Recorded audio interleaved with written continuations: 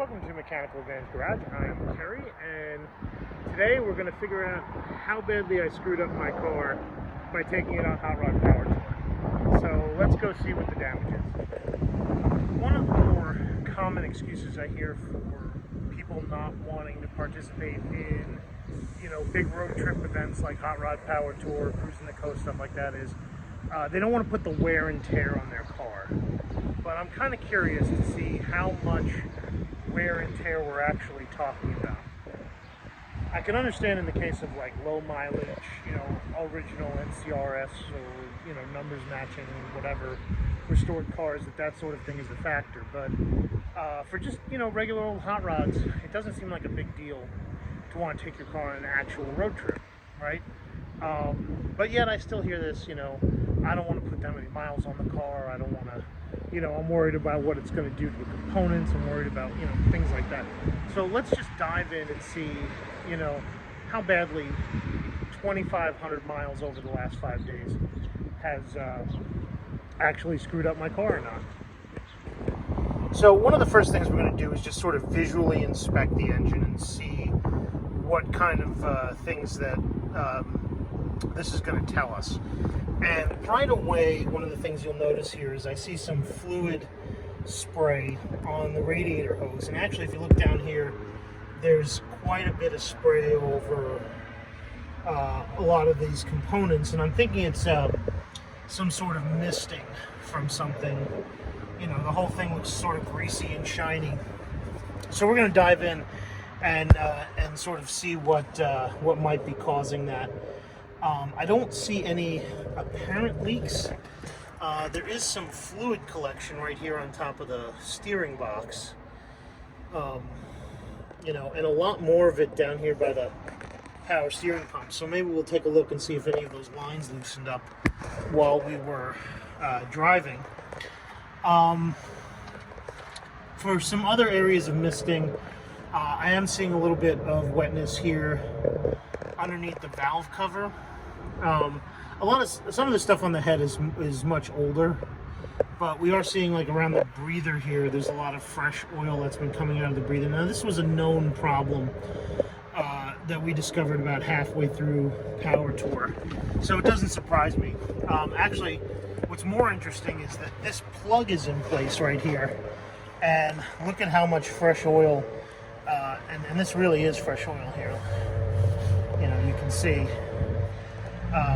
how much has just sort of come out of that plug, and it's around the valve cover here, and not seeing a leak on the valve cover here per se, but yeah, she was definitely juicing some fluids. And something else here too, we have the PCV valve and vacuum lines here, and if you pull these out, they're wet with oil too. So and these hose clamps should be holding them in place, and clearly aren't because of how much oil is on them. So one of the theories that Austin and I have is that the PCV valve right here is partially clogged, and at higher RPMs it's causing the crankcase to pressurize and to push oil spray out of any orifice it can find, which is the breather on this side and the plug right here. At one point in our video, I think it's in Austin's video, the dipstick for the oil was pushing out too when we were running about 4,000 RPM on the highway. So let's get in and we'll check some fluid levels and see what's going on. So one of the first places we're going to check for fluid levels is the radiator. Now I had installed a catch can on day 3 of Power Tour because when we were at Rockingham, the car puked a little bit of coolant from sitting. Once you turn these cars off, they just heat up. They're not like modern cars where the fans keep running. But just checking the coolant level in here, I mean, coolant looks clean, it looks fresh. It might be a little low. Let me just see if I can stick my pinky in there and see how far it goes. So yeah, no, it's not even that low. It's almost right there to the top, and whatever's missing is in the catch can.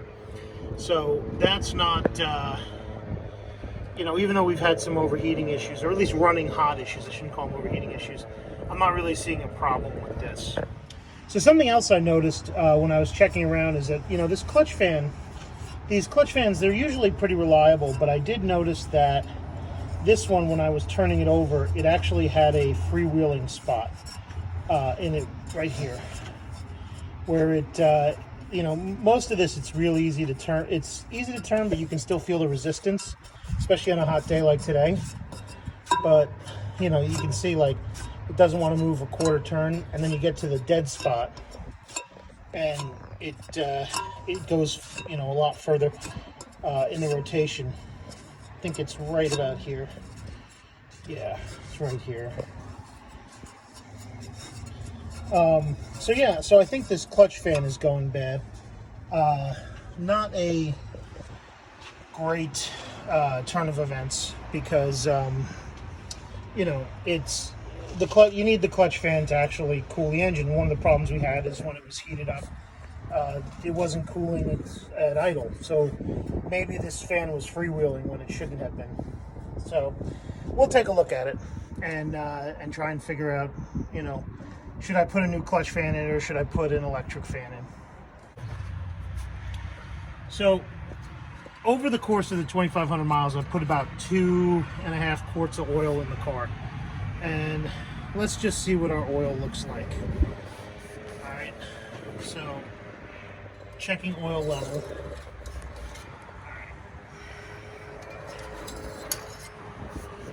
Okay, and what do we got here?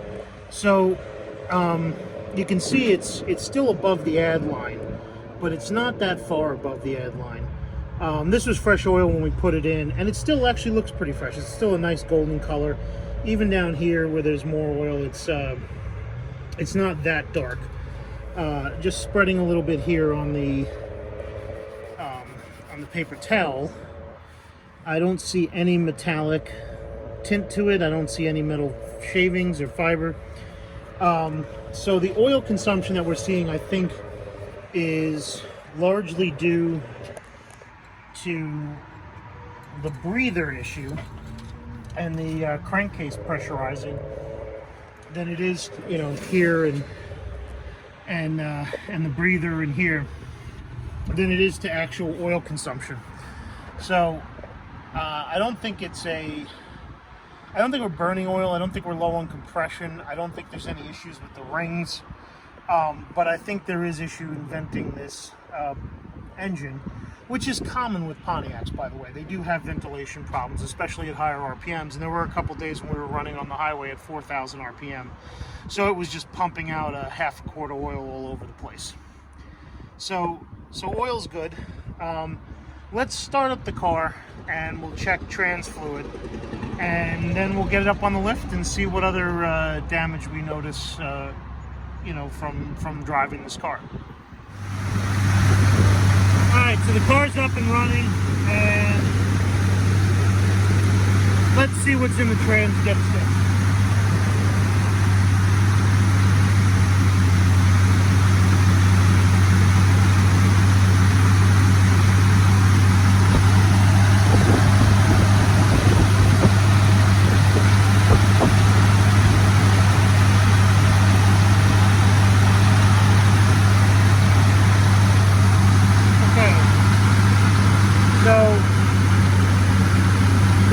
The line is all the way down. It's short more than a pint. So let's double check that, make sure that it really is that low. And if it is, you know, we'll have to figure it out.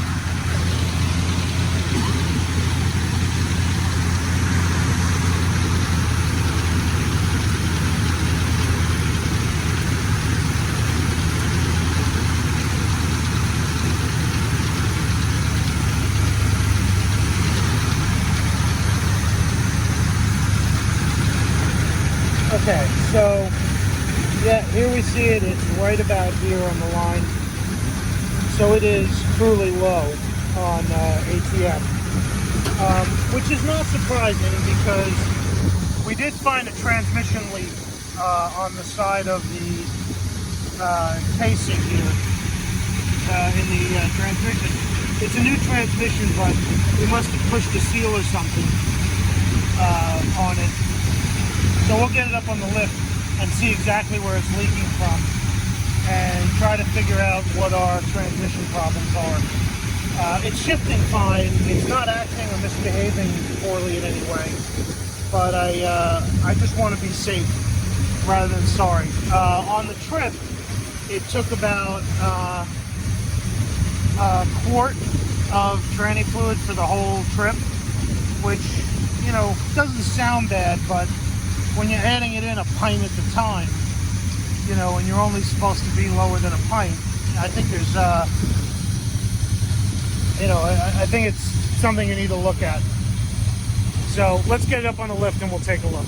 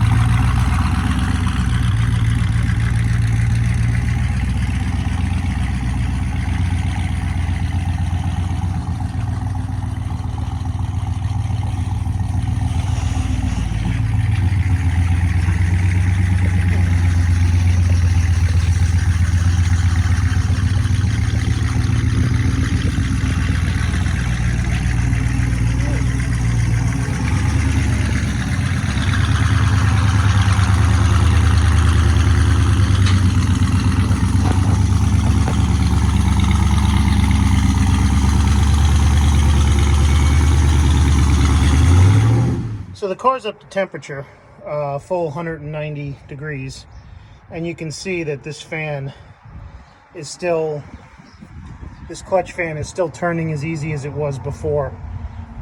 So it's, the clutch and the clutch fan is borked. So that was probably what was contributing to our overheating, or at least hot running conditions, while we were in stop traffic and on power tour, you know.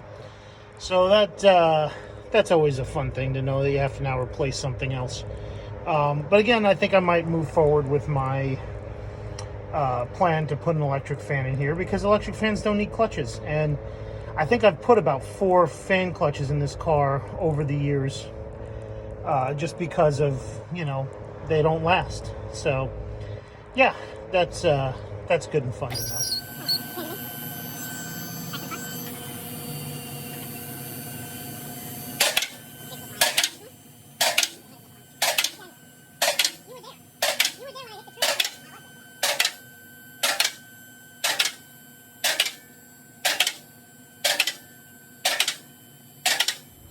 So as Austin has pointed out here, we had fluid all the way back to the mufflers, and you can see it. It's, you know, pretty good leak, pretty sizable leak right here. Not entirely sure where it's coming from though. I've cleaned off the trans pan here, and I'm basically waiting for a weep, but I may have to start the car in order to see where it's leaking from. I might as well go around and make sure all these are tight, because there's like fluid inside the caps on some of them. I don't know if you can see that. But yeah, even the modulator looks pretty clean, you know. We did find a couple other interesting leaks here. So the front here is covered in oil. I don't know if you can see that right here, especially. I'm trying to focus up here. Come on, focus. Might be too close. Yeah, the sway bar is just slick with it. Look at this. Yeah. So what we found is, number one, I have a fuel leak out of the fuel pump. You can see the fuel running down my finger here. Let's see if I can get this to focus up. Yeah. Fuel running down my finger when I touch it. So we're going to tighten that up. And then looks like it might be an oil leak from the front of the pan or from behind the balancer front main seal. So we're going to take a look at that. That's probably what's been slinging the oil around everywhere. The weld for the oil pan has held up pretty well. There's no leaks at the drain plug either. But this is oil all the way back, and it is fresh. So not really sure. You can see I've done some fresh damage to the exhaust on the car. I did strike something in the road at one point. Not a pleasant feeling, I'll tell you that. But yeah, I'm not really seeing any weeps, any fresh weeps around the pan. Yeah, you can see, yeah, this is just gross right here. Leaking fuel out of the fuel pump. So I'll tend to some of these things, and you know, the good news is I think the steering box is pretty tight. Everything seems to be pretty good with that. It's just the fuel is taking the paint off of it. So that probably explains my 12 gallons, you know, whereas Austin, you know, loves to claim that he gets 14 out of his Pontiacs with the same gear ratio.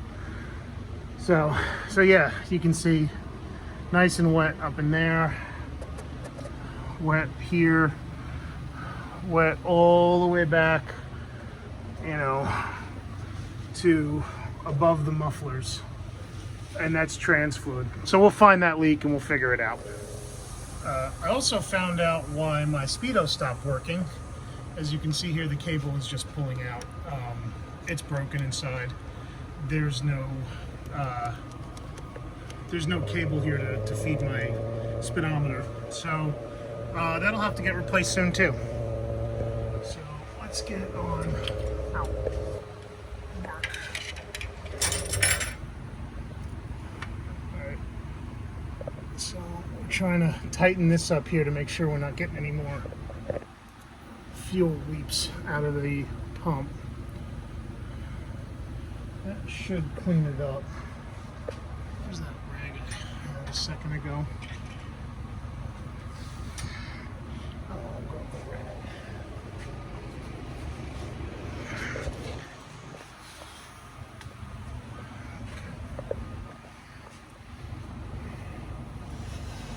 So hopefully that'll.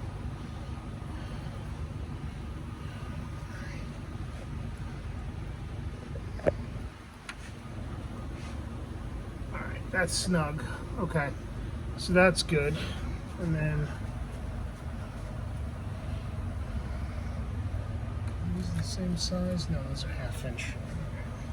So one of the things I just noticed is that these bolts here, if you look, are not tight at all. So that might explain why the front pan gasket is leaking. These were not tightened out. Now, this oil pan hasn't been touched in 25 years, so it's probably heat cycling and age that's caused these to loosen up. I know you're not supposed to over tighten them, but yeah, these front ones here were they were hand tight. I could back them off with my fingers. So that's probably what was causing some of the oil leaking up front here. So all in all, not too terrible. It does explain some of our oil loss in the 2 quarts that we used during Hot Rod Power Tour. You know, just there's so much oil on the bottom of this car. You know, I'm not worried about it burning it. I think the engine's healthy. I just think that that we had some looseness, and that was, you know, causing oil to get on the hot surfaces and make a mess. So this is tight. These lines appear tight. There's no splits or leaks in them. So we'll clean that off. And you know what? If we were getting oil weepage out of here and it was getting sucked in by the fan, or it was getting caught in the swirl of the fan, that would explain why it got slung all over everything here. So why is this teal? Oh, that's Pontiac teal engine paint. Pontiacs of this era, they're painted this teal metallic color. Wow, that's a fun fact. Isn't it? Yeah. So, the voice you heard, folks, is my daughter Sophie, who's helping me film this today. Hello. I'll introduce you to her at the end. So now the next thing I want to do is just tighten up these bolts here and make sure they're all tight. And we'll clean up some more of these weeps and we'll start looking for any kind of messes. Oil filter's tight. Well, But the sticker's coming off. Yeah, it comes off with heat. Oh. But it doesn't seem to be weeping anywhere around it, right? So that's good. All right, let me get the bit to tighten this up. So you can cut it off. So my dad here is grabbing the part for part of the car. Well, I'm rifling through Austin's toolbox because I don't bring my own tools apparently. But yeah. Oh my gosh, that's a pretty big fan. Ah. If only we had pretty big fans like that for each. Hardy.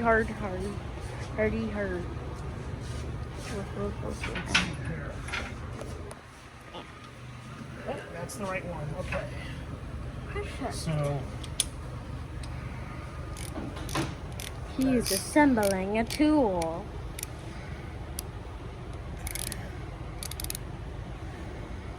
Alright, that's loosened. It's tight. Just go around and make sure all these are tight. Alright, that one's tight.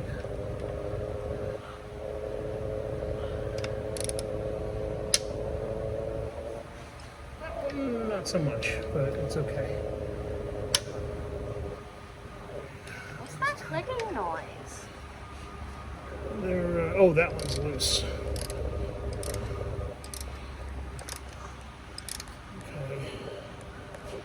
Okay. That doesn't seem to be where it's coming from.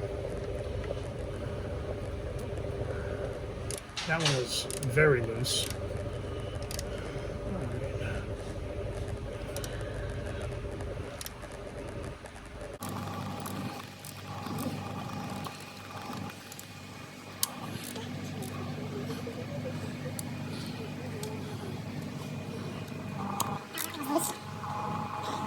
Not trying to like wrench down on these, just snug them up. Alright, that one's tight.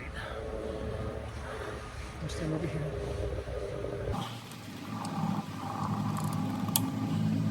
It's tight-ish, but could use a quarter turn. I need more tightening. It's tight.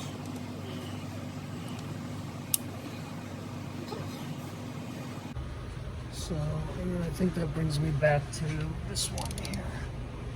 And you can see when I stick the bit in, there's fluid coming out of all the heads. So, What's the clicking sound? Like the...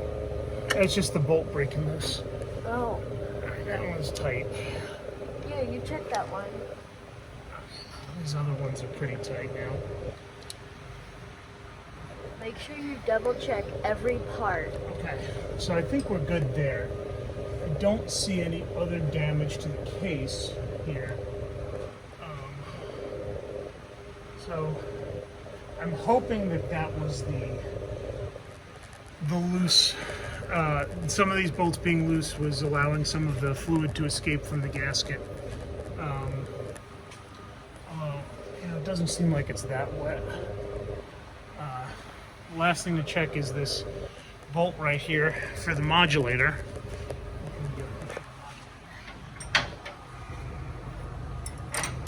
No, the modulator's over here. Size. There we are. Oh, and that one's on fully tight. And that is fully in there. So yeah, this seems good. Seeing a little weepage from the oil pressure sender. That's always a good sign, right? That might need replacing in the future. But all in all, not terrible. I've seen worse leaks. We're just gonna have to start it up and see where the leak is coming from. So yeah, I guess that's the next step. So here we can see it running on the lift, and it doesn't appear to be weeping anywhere. That's what I was trying to hope to see, is maybe we could see where it was outgassing. It doesn't seem to be doing anything, you know. We don't seem to have any more fuel leaks either. The front of the pan gasket doesn't seem to be wet anymore. So who knows? Maybe I got lucky and it's not dripping any more fluid. Or maybe I need to put it under pressure and find out. So we're gonna blow it down, and I'll run it and see if any other weeps develop.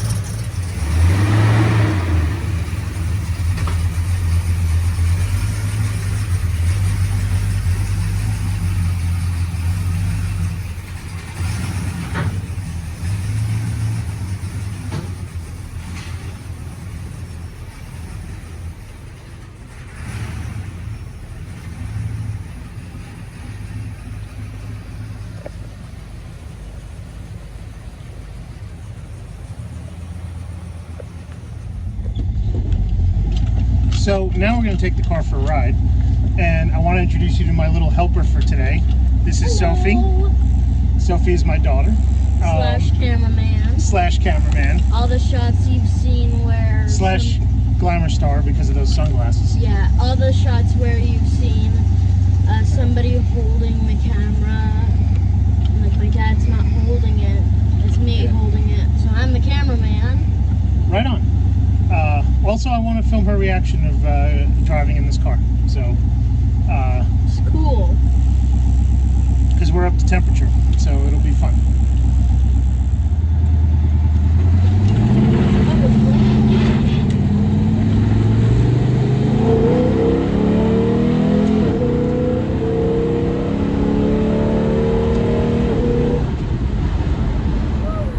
Hey, Soph, look at all those motorcycle riders. Yeah. Hello. So the car seems to be running really good right now. Ooh, green light. It's right around 190 in the temps. Trans is shifting good. When I get on it, I'm not seeing any oil smoke in the rear, so that's always a good sign. It doesn't seem like I'm dripping anything, and I'll take it. We're gonna run it down about a mile and a half on the road, and then put it back on the lift and see if any new weeps have developed.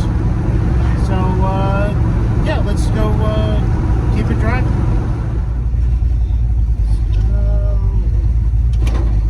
So it looks like we're starting to get smoke again from something. So we're gonna pull it in here and see where it's coming from. So, gosh darn it, I knew it wasn't going to be that easy.